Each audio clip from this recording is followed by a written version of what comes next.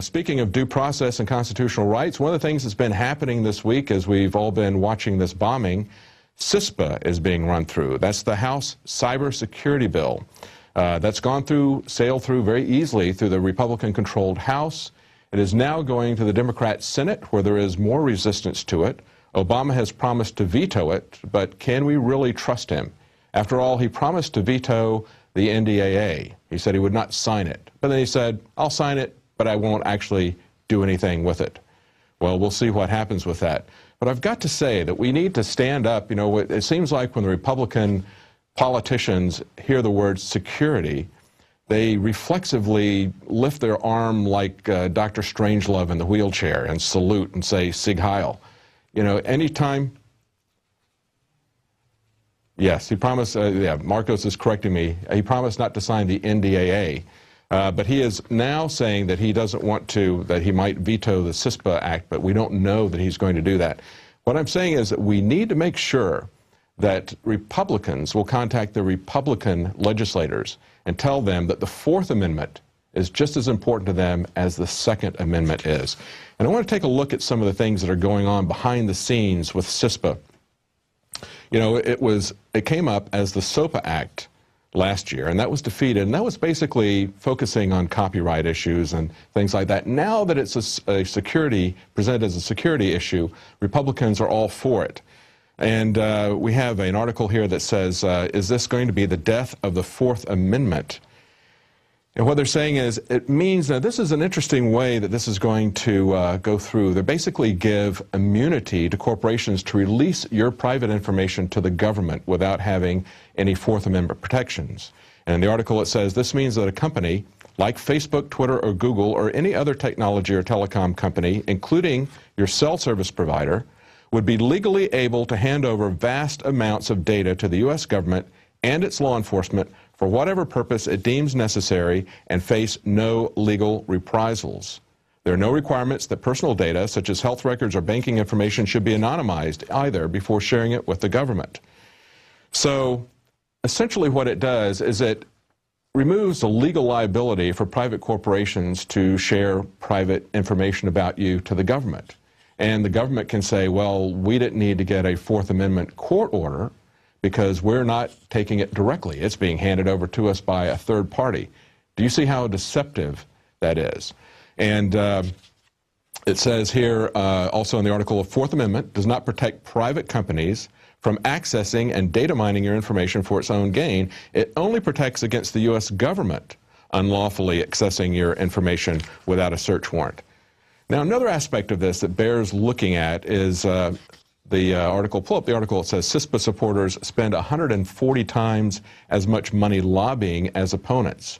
Now, when SOPA came through, corporations put down a lot of money to fight that. But now, very little money is being put down to fight it, and there are a lot of corporations, big defense contractors, military-industrial complex corporations that are pushing in favor of this. Now, why do they like this? Well, they stand to benefit from big defense contracts. We have to understand that the military-industrial complex that Eisenhower warned us about has not only got us involved in perpetual war for the last 60 years, but that military-industrial complex is now hungry for even more money. They're not satisfied with multiple wars on foreign soil. They want to fund a giant police state here domestically. There's a lot of money to be made out of that. And one of the people that's going to make a lot of money out of that is the wife of the Republican legislator who is pushing for this. Mike Rogers, the biggest sponsor and spokesperson in favor of CISPA, his wife, Christy Clemens Rogers, she is the CEO of Aegis LLC, that's AEGIS LLC. She just got a $10 billion, that's B billion dollar security contract with the U.S. State Department for security services. And she writes articles about cybersecurity. Now, Rogers has said some pretty amazing things in defense of this bill. He's made claims that there's no companies that oppose it, that only 14-year-olds who are blogging and tweeting from their basement support it. He's said that this is not about getting any private information on anybody. It's simply all a bunch of ones and zeros. Can you believe that he said something that incredibly stupid?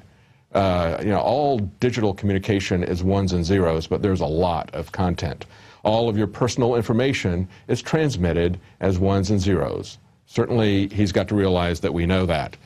And lawmakers have cited the Boston bombing and WikiLeaks as justifications for passing CISPA.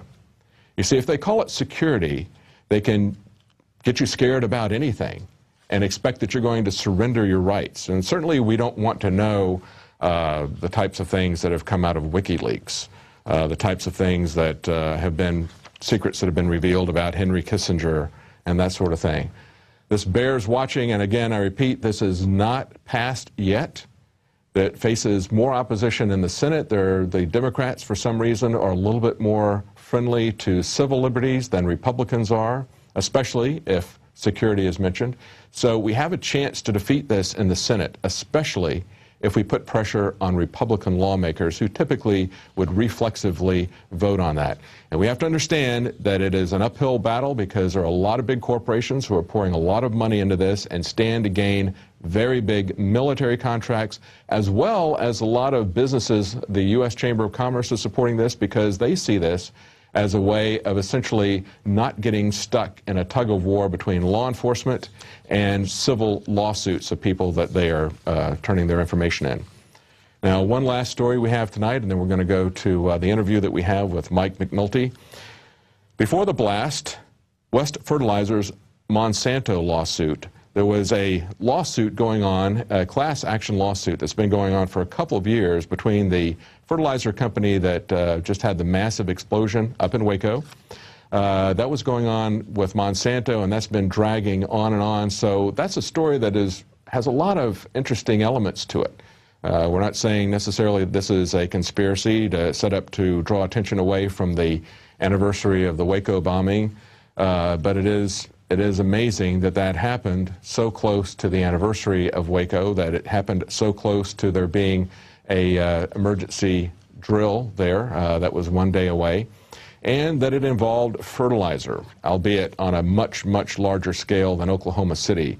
If you remember the Oklahoma City bombing that also happened on April the 19th, retired military generals came forth, at least one, came forth and said that that it was not plausible that a fertilizer bomb would either do that much damage or have that kind of blast pattern by itself. So I don't know. This is a giant explosion, but it was a tremendous amount of fertilizer explosive there. Well, we're going to go to a break. We've got a report coming up from Jakari Jackson, and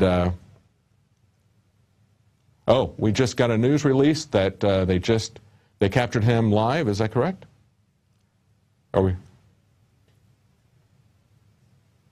Okay. Well, it looks like they have just... Oh, okay, they're calling for a medic, so he may not survive to have trial and discovery. Certainly hope that he does not... We don't know at this point. You know, we're always very careful to say that someone is an alleged suspect. And hopefully the police would have that kind of deference to not shoot someone until they've had their due process and been found guilty, that they would not enact street justice on him. We would very much like to know his side of the story. And so we very much hope that he survives. We would like to hear that story. But one way or the other, we're going to have tireless people like Mike McNulty, who spent, as I said, over 10 years and documented how people like Eric Holder, who was very much involved in the Waco trial as well as in the Oklahoma City bombing, he documents very closely what happens with the process, and he did a lot of freedom of information data and very detailed tests about the fires that happened at Waco. So stay tuned for that right after the break.